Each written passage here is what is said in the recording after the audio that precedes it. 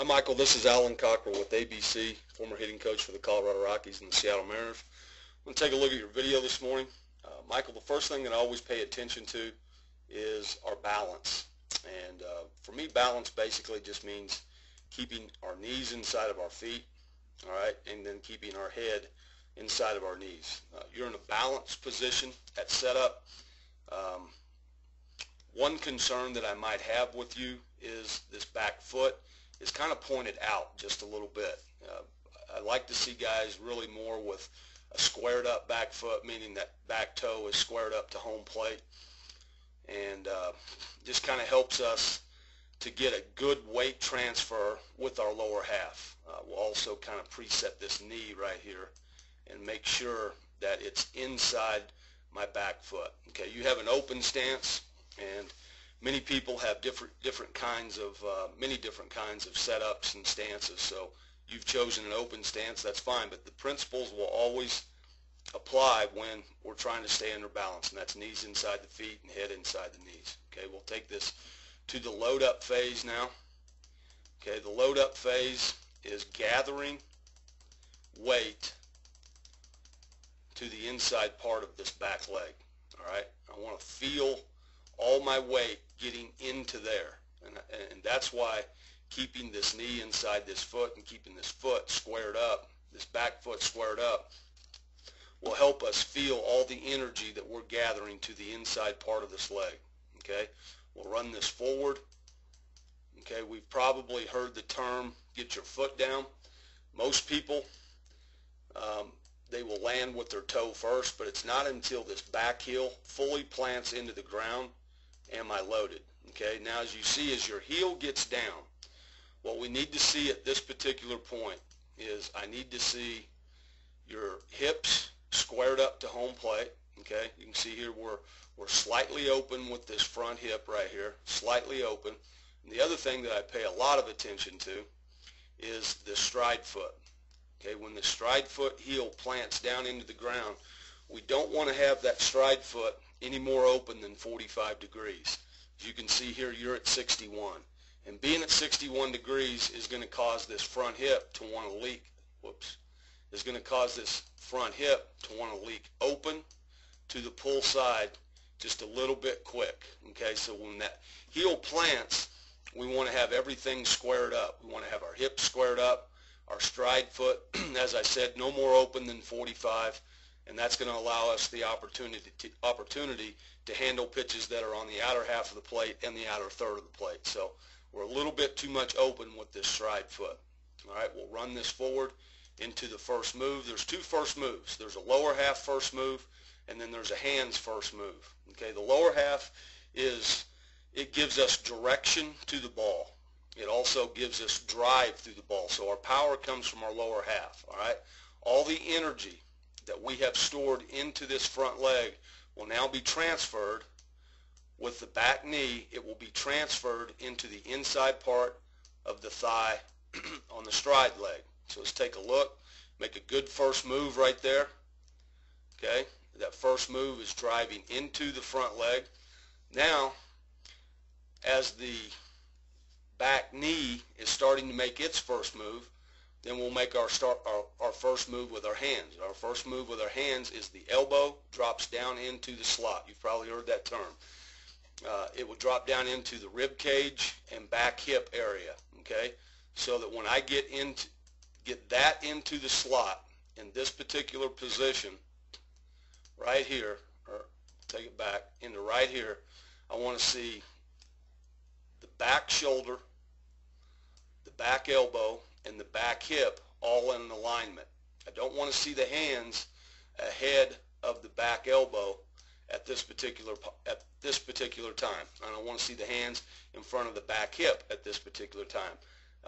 This position is called the connection, and if my hands get in front of my connection, I'm losing bat speed and I'm losing extension and I'm losing power through the baseball. Okay, our hands are going to follow this connected power position of shoulder, elbow, and hip, all in alignment. As you can see here, your hands are slightly ahead of your connection. Okay, We'll run this forward now to the contact phase. All right, your hands have worked in front of your body, which is good. Right there, that's your center of gravity, your belly button or your belt buckle. We want our hands to work in front. You've got a good bat lag at this particular point. We'll run this forward to contact, okay, or just past contact. What we're looking for at contact is palm up, palm down, and we're looking to make sure our head and eyes are looking right down the barrel of the bat at contact. Michael, it's important to know that as soon as your head and eyes leave the hitting area and they start to come up to follow the flight of the ball, then your bat is going to follow that too. So in a sense, as soon as your head and eyes leave the hitting area, basically your swing is over.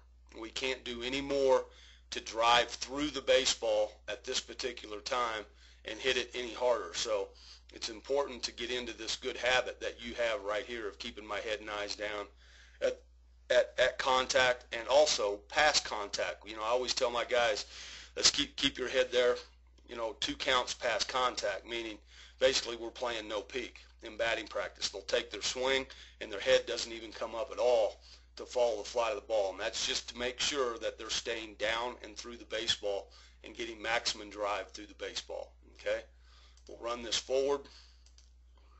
We'll get good extension. Extension is barrel of the bat, faces the pitcher, past contact, okay, and then we finish our swing. All right, you had a good, pretty good balance. We talked about this back foot being pointed out at the start. If we had it more squared up to home plate, we might get just a little bit more of a turn, and our shoelaces would be more facing the pitcher at this particular time, just to make sure that that backside is right here is just getting through the baseball as well as we possibly can. So, Michael, I think one thing that I believe will help you, I'm a big advocate of hitting off the tee, okay? So we're going to set a tee middle away, maybe even outer third. We're going to set it even with or just inside your stride foot right here, okay? And we're going to get to the important positions. First important position in the load is heel down, and we're going to make sure that this stride foot is more closed up at a 45-degree angle as opposed to where you were, I think, at 61. That's going to make sure that this front hip doesn't want to leak too quickly, okay? The next thing that we're going to do is once I get to that position, I'm going to preset this knee driving into the inside part of this front thigh right there, okay? Now as it starts to get into that position, and we're going to do all this slow, I'm going to drop this elbow down into the slot so I get to a good connected position where it's elbow, hip, and shoulder are all in alignment. That's a good connected point, and my hands are going to be just behind all of that. Okay, I'm going to get to that connected position. I'm going to hold it, and now I'm going to start to bring my hands forward in front of my center of gravity right here.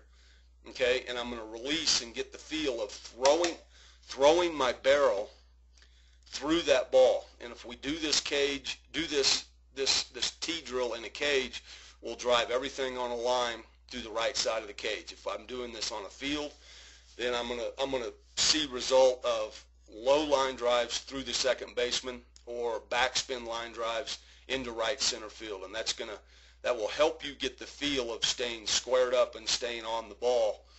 That's middle away. I think with you being as open as you are right here with this stride foot, it might be a little difficult to handle breaking balls that are up and hittable breaking balls that are on the outer half, outer third, because we're just starting to leak open just a little bit quickly with this front hip. Okay, and that's going to be a problem as you start to get a little bit older and face guys that have a little bit better command away and a little bit better command of breaking balls. So I think this tee drill will help you. And in fact, I know it will. I've done it with numerous big league hitters. So I just want to wish you luck. Thank you for coming to our camp.